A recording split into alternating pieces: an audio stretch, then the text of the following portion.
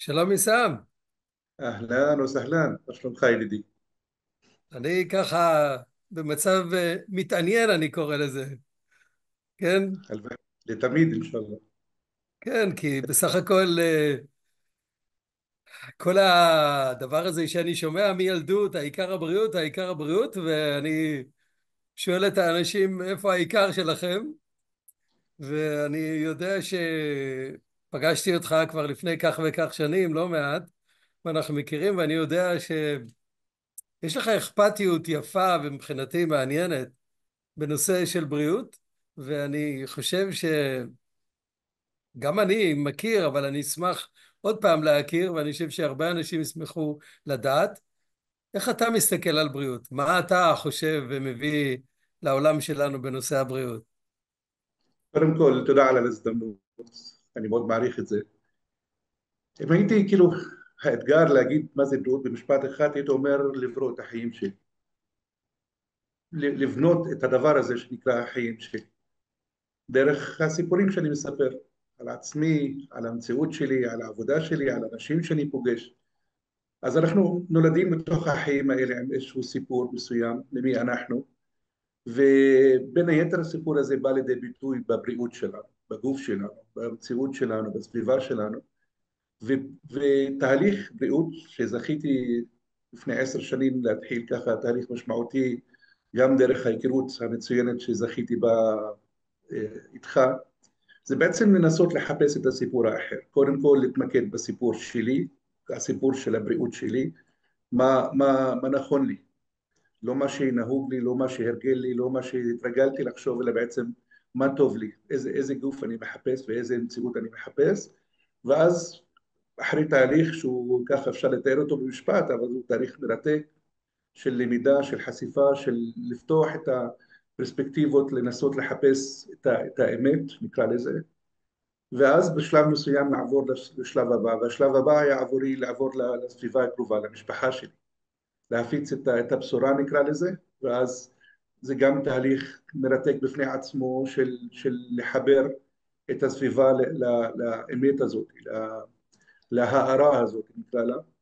ואז בשלב שלישי שלא מזמן התחלתי אותו, אמרתי אני רוצה לקחת את מה שלמדתי בנושא בריאות והבראה, להביא אותו לעולם, דרך מיזם מיוחד שעשיתי בנצרת, שהוא גם סביב סיפורים, שבא ואמר אוקיי, אז למדתי, הפכתי להיות מקצוען, כמובן יש הרבה מה ללמוד, אבל התמקצעתי בלהבין את הסיפורים האלה שאנחנו מספרים לנו על החיים, אז בוא נעשה מזה מיזם. ואז לקחתי את כל ה-knowledge, כל המידע, כל מה שלמדתי לתוך משהו שהוא בעצם מסכם את כל הלמידה הזאת, ופתחתי עסק בעיר נצרת. אני אשמח לשתף אתכם לגביו. הוא אמנם לא פרופר תחת כותרת בריאות, אבל הוא בעצם ממחיש איך תהליך של בריאות שבן אדם עובר, יכול גם להשפיע על אספקט שהוא לאו דווקא תחת הכותרת של בריאות. בעצם לפני 4 שנים באתי לעיר נצרת ורציתי לבטא את את הפן המקצועי שלי, גם מתוך הפאשן שיש לי לעולם העסקים. באתי ממשפחה שככה ב-DNA שלה זה העניין של העסקים, לפתוח איזשהי עסק חדש סביב פעילויות לאנשים שבאים מחוץ לעיר נצרת. ואז פגשתי סיפור מספר על השוק הישן של נצרת. בעצם הנצרתים רואים בו מצד אחד אייקון, משהו שסימל אותם במשך המון שנים בתור ההצלחה, אנשים היו מגיעים מכל מקום לעיר נצרת, ואז בסוף שנות ה-90 עבר איזשהו מהפך, רצו לשפץ אותו, ואז סגרו אותו לכמה חודשים, וכשפתחו מחדש אנשים לא חזרו. ואז הפך להיות מקום יפהפה עם חנויות סגורות. וזה הסיפור שפגשתי, שבעצם רציתי לפתוח את העסק הזה, את המיזם הזה. ואז מתוך היכולת הזו לחפש את הסיפור האחר, מצאתי סיפור אחר. הסיפור האחר אומר, בוא נסתכל על היופי של מה שבעבר, ולנסות להנגיש אותו להיום, דרך סיפורים. התחלתי בהתחלה כדי להבין מה תחומי העניין של אנשים, הקדשתי מעין מודל שקראו לו באנגלית טיילור מייד. אנשים הגיעו ואז הקשבתי להם ובניתי להם חוויות, כל אחד מה שהוא אהב, ולאט לאט התחלתי להבין מה קהל יעד, מה אנשים אוהבים.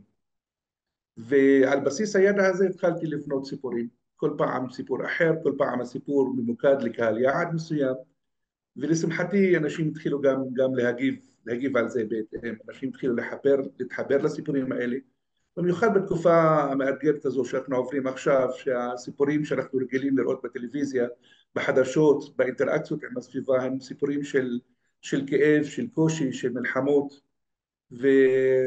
והרגשת הבלית ברירה הזאת של המציאות המורכבת שאנחנו נמצאים בה.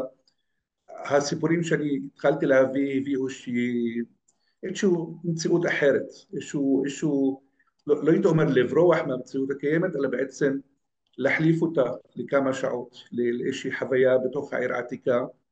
אני אמחיש, כאילו בתור דוגמה, לאחרונה עשיתי חוויה בשם העוד של פרח. אתם יודעים מה זה עוד? זה כלי הנגינה.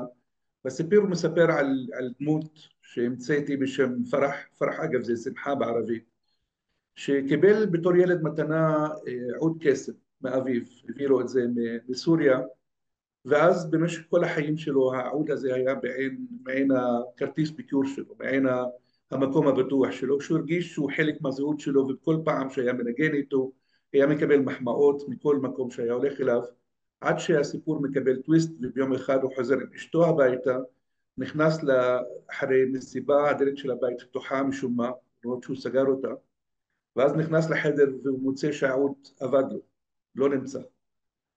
ובמקום הוא מוצא פתק, והפתק הזה הוא בעצם תחילתה של החוויה שאני הצעתי לקבוצה שהגיעה לדבר הזה, והתחילו דרך הפתק לעבור ממקום מקום, ודרך חידות, דרך סיפורים, ללכת עד שמוצאים את העוד. אני רוצה לתת את ה...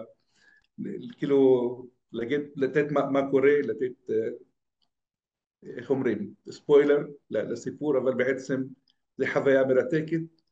אמנם היא חוויה שאנשים שהגיעו אליה הגיעו ממקום של להיות ביחד לשמוח, אבל יש בה איזשהו מסר שגם חלק ממה שלמדתי בתהליך ההבראה הזה. אני לרשותך יאיר, מה עוד אתה רוצה שאני אספר? אני איתך, אני לרשותך.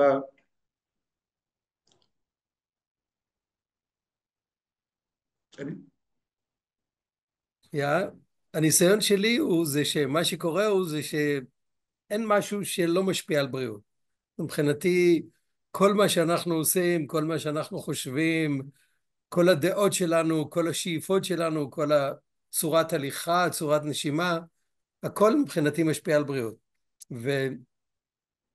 וכשאני ראיתי את הרעיונות שלך של איך אתה מייצר את החיבורים לסיפורים, ואתה מציע לאנשים עוד זווית, עוד אפשרות, עוד צבע לסיפור שהם מספרים, או להרגל, או להתניה, או לחיים שהם מכירים, אני חושב שאתה נותן לבריאות יותר צבעים, כי בדרך כלל אנשים יש להם צבעים מאוד מאוד ברורים. זה כן, טוב, זה רע, זה ירוק, זה שחור וכולי, ופתאום אתה נותן להם אפשרות של עוד צבע, ולכן אני ככה אשמח טיפה לשמוע על עוד, או אני חושב שזה לא רק אני חושב שנשמח קצת על איך אתה עוד עושה את זה, איך אתה התפתחת, איך אתה ראית עוד מהלכים, ואיך אתה עוד מתכנן הלאה. כן. אני מסכים איתך לגמרי, כאילו, שאומרים, נגיד, אתה פוגש מישהו ברחוב ואומר לו, מה הדבר הראשון שעולה לך לתודעה שלך שאתה שומע את המילה בריאות? ודאי אולי יספר על תהליכים גופניים, אולי ידבר על איזשהם סדנאות שהוא עובר. והעולם הזה של, כאילו שיש עולם של בריאות, של סדנאות, של מפגשים של אנשים שככה מקדישים את החיים שלהם, וכאילו זה לחוד ויש את המציאות לחוד. ועם הזמן למדתי שזה שני צדדים לאותו מטבע, אי אפשר לעשות את החלוקה הזאת. הרי אתה הולך לתהליך של בריאות דרך קואוצ'ר, מאמן, תרפיסט, לא נקרא, פסיכולוג, לא משנה מה, או רופא רגיל. בסופו של דבר אתה בא להבריא איזושהי מציאות, אבל המשמעות שלה חייבת להשפיע על החיים שלך בכלל. אני לא יכול להגיד שאני צריך להתייחס לנושא הבריאות בקשר הגוף באסכולה או בשפה מסוימת, ואז להגיע לעבודה ולדבר באסכולה אחרת.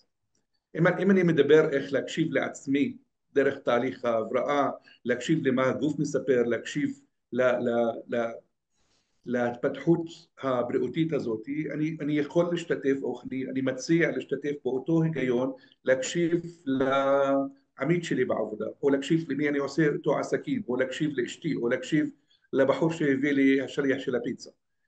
בסופו של דבר זה שפה אחת, ואנשים נוטים יותר, אולי כי מבחינה תפיסתית יותר קל להם להתמודד עם הנושא המורכב הזה, של בריאות ומחלות ומציאות, וכל מיני מונחים שנכנסים, פיזיקה קוונטית, אה, כל מיני גישות שבאות להגיד, הנה, זה דרך המלך להבין את הדבר הזה, את המציאות הזאת שאנחנו חיים לתוכה, אבל עם הזמן מבינים מה החלק שלי ליצור את החיים. כאילו, התחלתי להגיד זה לברוא את החיים. הרי אנחנו באים לעולם עם איזושהי נקודת התחלה. של מה נכון לא נכון, של מי זה יהודי, מי זה ערבי, של מה טוב לאכול, מה לא טוב לאכול, איפה המדינה שלנו מתחילה ומסתיימת, כל מיני תיאורים שאנחנו אומרים, אלה החיים שלנו. ובשלב מסוים, בגלל שאנחנו כל כך מתרגלים את החשיבה הזאת, את הסיפור הזה, הופך להיות מציאות. הופך להיות מציאות שאנשים אפילו מוכנים למות בשבילה. כאילו להבין שאין בלעדיה, זה לשווק אותה לכל העולם, כי אני רוצה את כולם שיבינו שזה המציאות והמציאות היא נכונה ואצלי האמת נמצאת, אז תבואו תתחברו אליה. ועם הזמן, בתהליך שעברתי, התחלתי להבין שזה בעצם איזשהו הרגל מחשבתי שחזר על עצמו כמה וכמה וכמה פעמים ותו לא. בינו לבין האמת כמעט ואין קשר. זה איזשהו תכנות שבן אדם עובר דרך הילדות שלו, דרך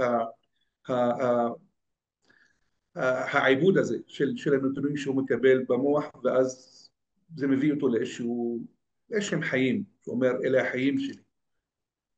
ואם מישהו אומר אוקיי זה החיים שלי, אבל בוא נבדוק מה החיים שאני רוצה, מה החיים שאני מחפש לעצמי, ואז התחיל אצלי התהליך, להתחיל לחפש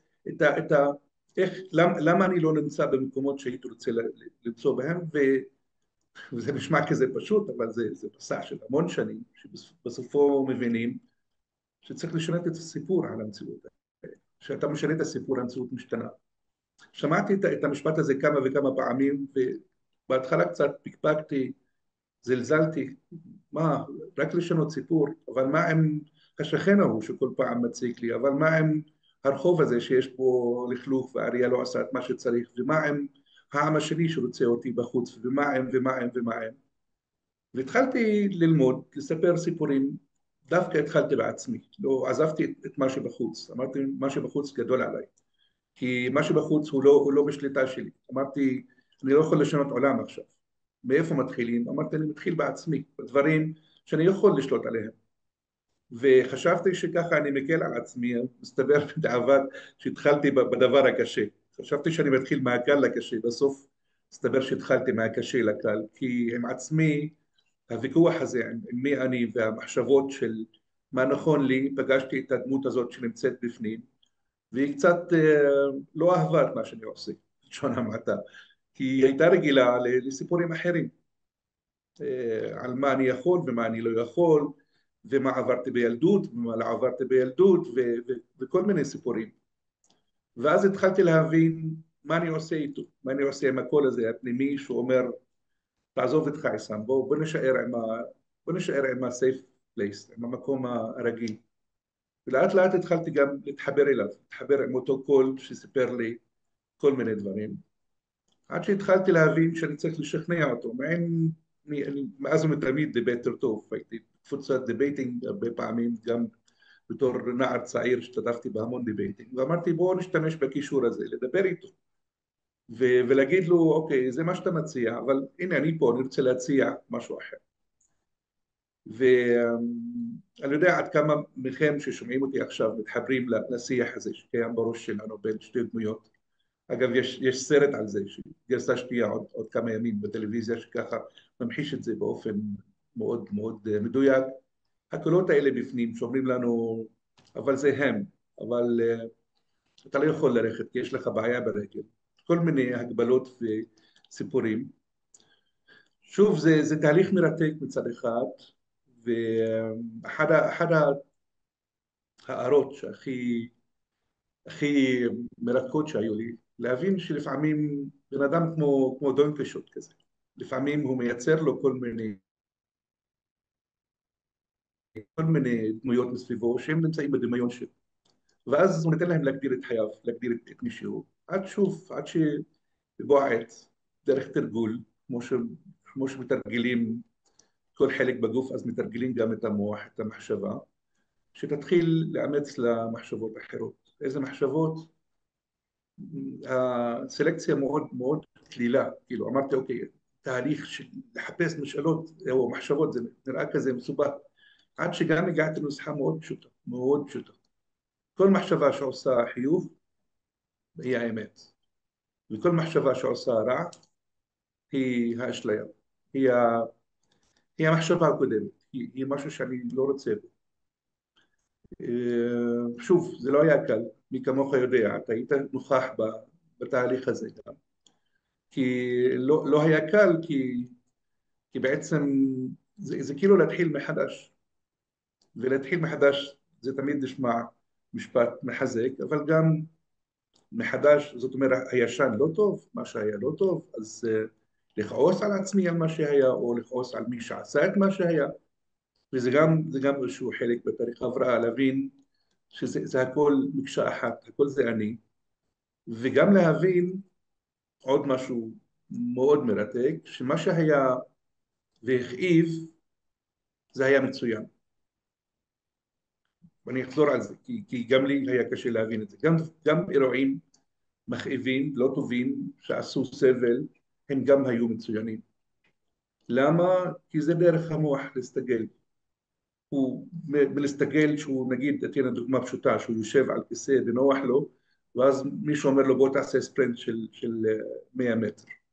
הגוף באינטואיציה שלו אומר לו, מה פתאום, יותר נוח לי להישאר על הכיסא.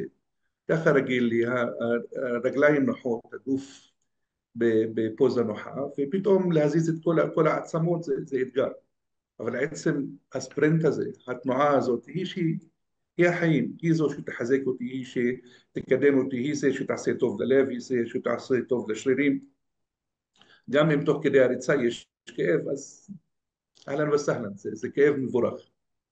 ולמה אלוהים החליט, או המציאות, או כל אחד ייתן את השם שלו? למה הוא החליט להקים אותי עם הכיסא לספרינט הזה?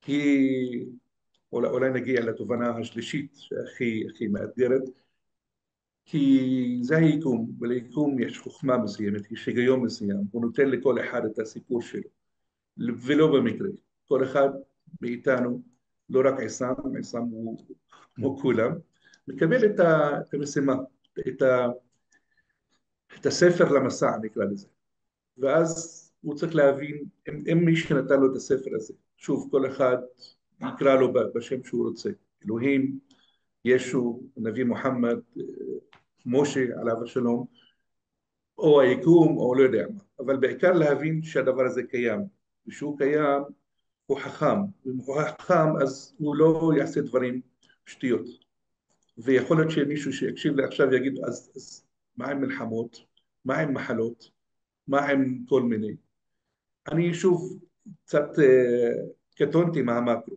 אני תמיד מעדיף לדבר על המיקרו, על עצמי, מה עם המחלות שלי, מה עם הכאבים שלי, מה עם הדברים הרעים so called שעברתי, מבחינתי בדיעבד, בלעדיהם לא הייתי מגיע לפה. מה גרם למעבר הזה בין קושי להגיד וואו איזה יופי הקושי הזה היה, כי גם התחלתי לספר על הקושי הזה סיפור אחר, והסיפור שאמרתי עכשיו שהקושי הזה הגיע במטרה, הגיע אליי במיוחד, הוא רצה ממני ללמוד, לא להיות במקום שהייתי, וכשהבנתי את זה אז פתאום הכאב שלו הלך ונעלם.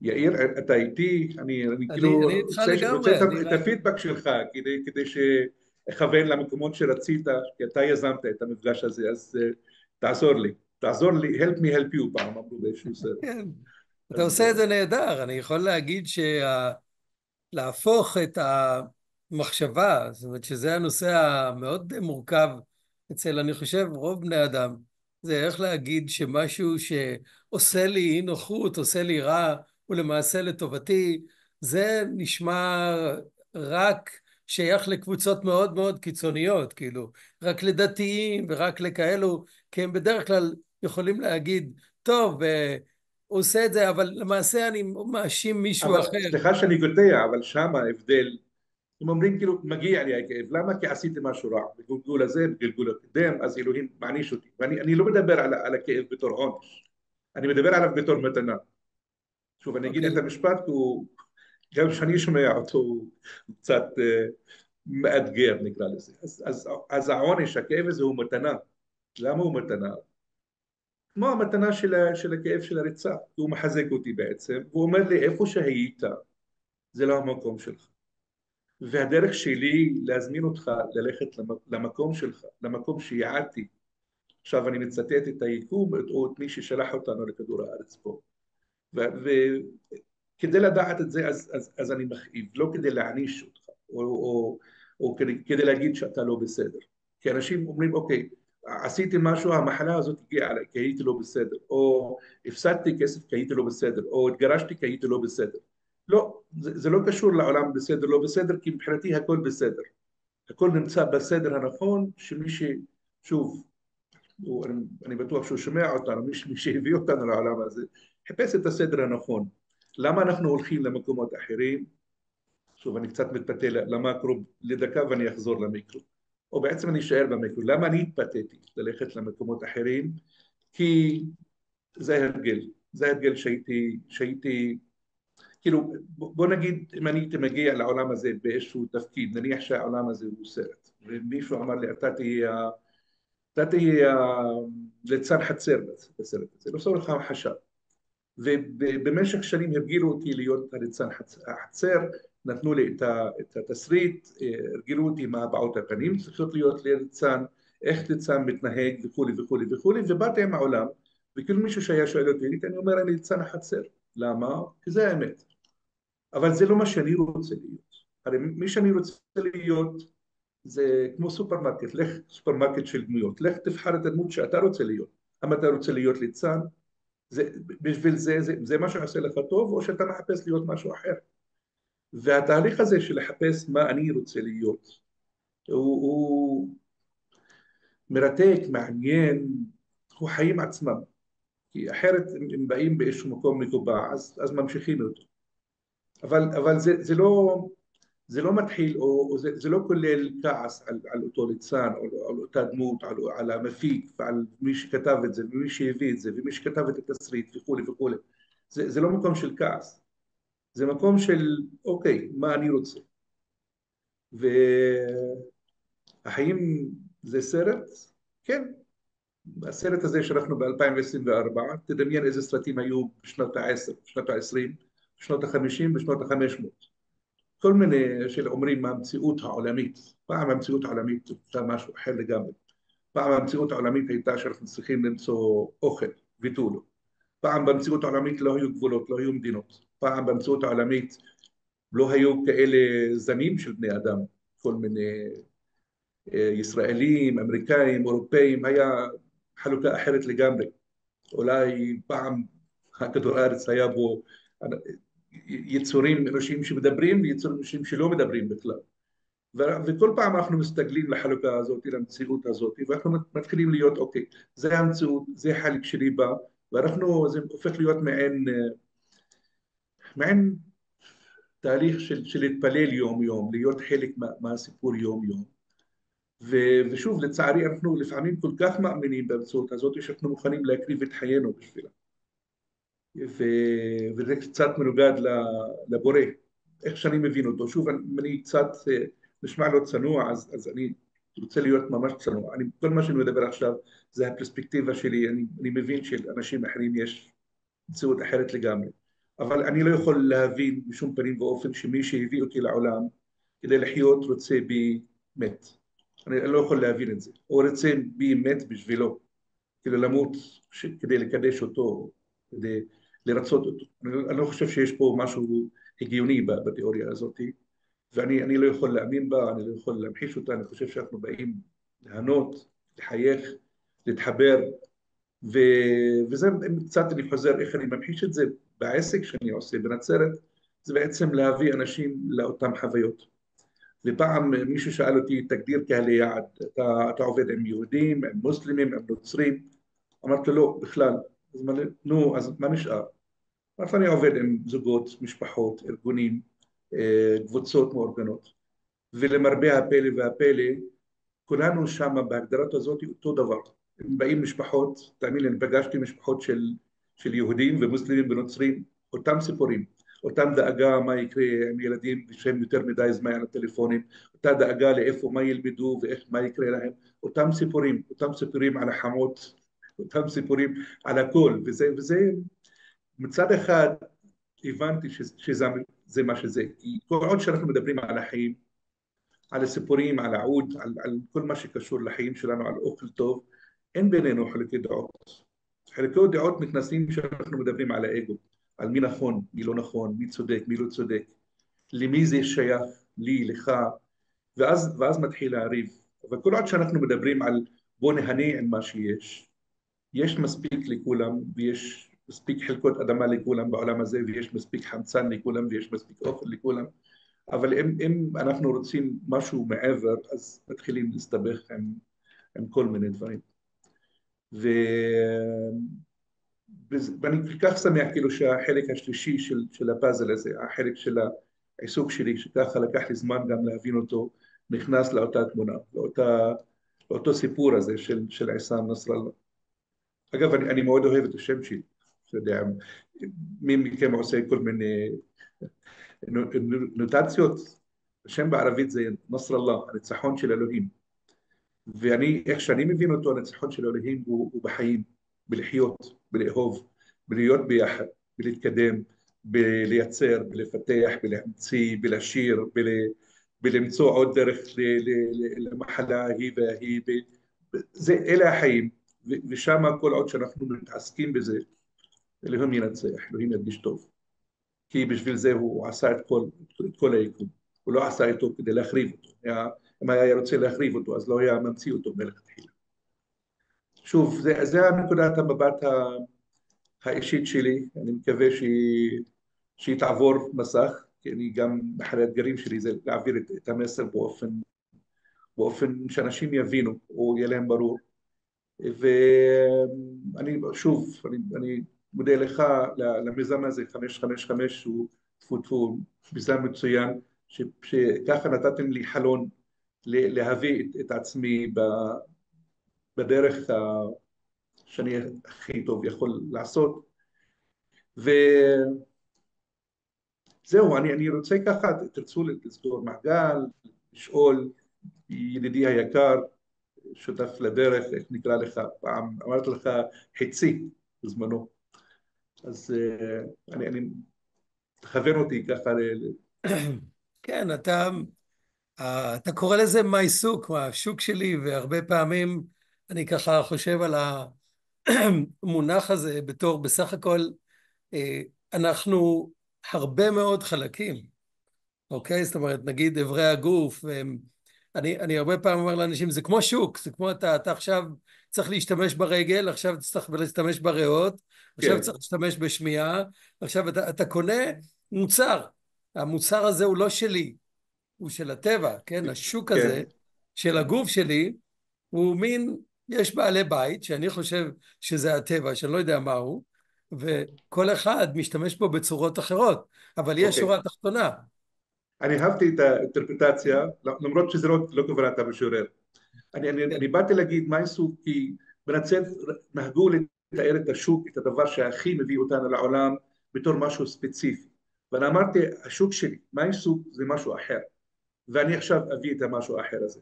אבל את האמת יאיר, מבחינתי שכל אחד, הרי כל אחד מחפש גם בלוגו וגם בשם של העסק שלו, כל מיני אינטרפטציות, מבחינתי כל אחד ייקח את זה למקום שלו, ומה שתיארת נראה לי גם מעורר השראה ומצוין, אם זה מה שדיבר אליך במונח, אבל בעצם כל אחד יכול להביא את השוק שלו לעולם, את האמת שלו, בעסק, בחיים. שוב, אני אחזור קצת לאיפה שהתחלתי, ההפרדה הזאת היא לא משרתת. אנחנו גוף אחד שמתבטא כל מיני פורמטים בחיים שלנו, וחייב להיות היגיון אחד שיחבר הכל. נהדר. תודה רבה לנו. עשינו טוב בעולם עוד קצת. إن شاء الله. إن شاء الله. כן, اشتدلنا. יופי. תודה רבה. תודה לך ידידי, תודה על ההזדמנות, תודה על ההיכרות, זכיתי. כן. ותודה לכם.